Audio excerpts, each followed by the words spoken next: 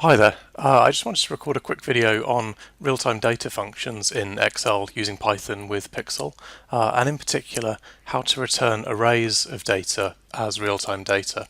So that is, if you've got a Pandas data frame or just an array of data that ticks in real time, how do we get that into Excel using Pixel? So to begin with, I've got a very simple real-time data class here. This is very similar to the examples. So if you look in the examples folder in your Pixel download, you'll find a real-time data sample there, and this is very similar to that. What we've got is a class that's inheriting from the Pixel Rtd class, and then when it's connected, so when Excel is ready to start receiving data, we start a new thread and set this property running to true. Now when it disconnects, we set that running property to false, and that will cause our thread function to exit. The thread function just keeps looping while that running flag is true, and then every half a second it creates a random value and sets that to the value of the RTD object, and that's setting that value is what sends the result back to Excel. To get this into Excel, we also need a worksheet function to call, so we'll just create one now. And all this needs to do is just return an instance of that random RTD object. And then we need to decorate it with the Excel func decorator, which I need to import from Pixel. And this doesn't take any arguments, so nothing before the colon and the signature, but then afterwards we just have RTD to say that we're returning an RTD object. And that's all we have to do. Now in my Pixel config, I've already set this up very simply with the Python executable, just to tell Pixel where to find Python, my source folder on the Python path, and the module is set to this random RTD module, and I've also set this auto reload flag to be 1. So that means whenever I make changes to this file, then Pixel will pick it up automatically. Now if we go into Excel, we'll see that this function is available to us, so random RTD, and that starts ticking straight away, and then we can see it's updating as we'd expect. Now if I wanted to return an array of data instead, so I could just set this self.value to an array like this. So what I'll do is just say a random value for x in range 10, so that will create me just a simple flat array of x values each 5 seconds. Now if I type this into Excel, oops, what was it called? Random RTD.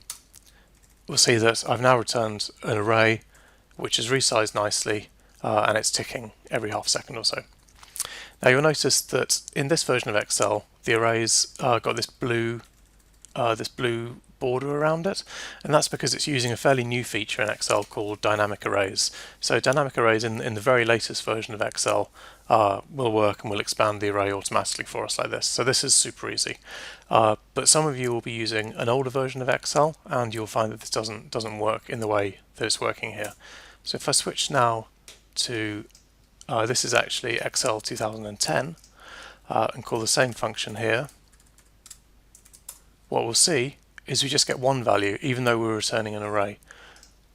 Now what we can do is select a range and input the formula here, and now rather than pressing enter I do Control-Shift-Enter, or in Excel they sometimes call these CSE functions, but Control-Shift-Enter is how you enter an array function. So I'll press that now, and you see now we still haven't quite got what we expected. The function here has got these curly braces around it, and that tells us it's an array function. But what's happening is it's taking the 10 values and then just repeating them across here, and it's also got these sort of ugly NAs, so it's not really quite what we want, and so it's not resizing automatically. If we were to just select like 10 cells and do equals this here, oops, and also remembering to do Control-Shift-Enter, which I forgot then, so let me do that again. Now we get what we expect, and they're updating. Obviously I've actually done 11 cells here, so this is really just showing the point of not being able to resize arrays automatically is kind of a pain. But even in Excel 2010 there's something we can do. We can't automatically resize an RTD function, but what we can do is just change this signature here to say RTD object, And what this will do is, rather than returning the array to Excel, it'll return a handle to the Python object itself. So if I save that and now call this from Excel, we should now see that, yep, we now get this list object being returned. So what this is actually a handle to the list that we're returning here. What we need to do now to make this more accessible to the end user is to add a second function, which we'll define in a second. And what it will do is take the object that we're passing here, and it's now going to return an array, just a 1D array in this case. So we'll call this expand array, and it will take our object, which we know is an array. And here, what will happen is when we call this function, it'll pass in the object's already of this array type, and then Pixel will return it to Excel as a range because of this array type that we've returned here. So we don't actually need to do anything in this function. We can simply just return the array, and that's all we need to do. Now when I call this from Excel, I just pass in this list object, and now I get that one single value back, the same as I had before, but the difference now is that I can go into here and say auto resize is true. So the auto resize feature in Pixel, does work for these normal array functions, even in Excel 2010. And now it's reloaded, and we can see, yep, it's now expanding perfectly. And if I go in here and change the size of this to say 5, then when this updates, then the size is doing that automatically. So that's how we can do, the same thing that we could do in Excel 2016 or 2019 or 365, but in a much older version of Excel. What I wanted to show as well is also how we can use Pandas with Rtd functions. So I'll import Pandas there, and I'll just create a simple data frame in here. So I just use a single column, and I'll use the same random numbers that I had here before. And now I'll just set the value to this, to a data frame. In our expand function, what we're going to want now is the same again, but rather than something that returns an array, we're going to return a data frame. And I'll include the index in as well. And also still with this auto resize function here. So now when we save that, we now get the data frame being returned as the random thing here. And if I change this function to random data frame, we're now getting the data frame exploded out.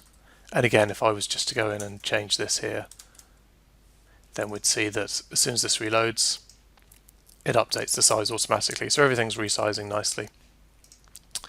One final thing is, what if we didn't want an expand array and expand data frame functions? If we want to just have one expand function. So we can do that too.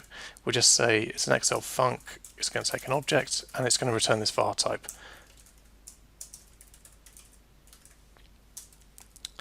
But in this case, we need to do a little bit more to convert the object into something that Pixel will understand.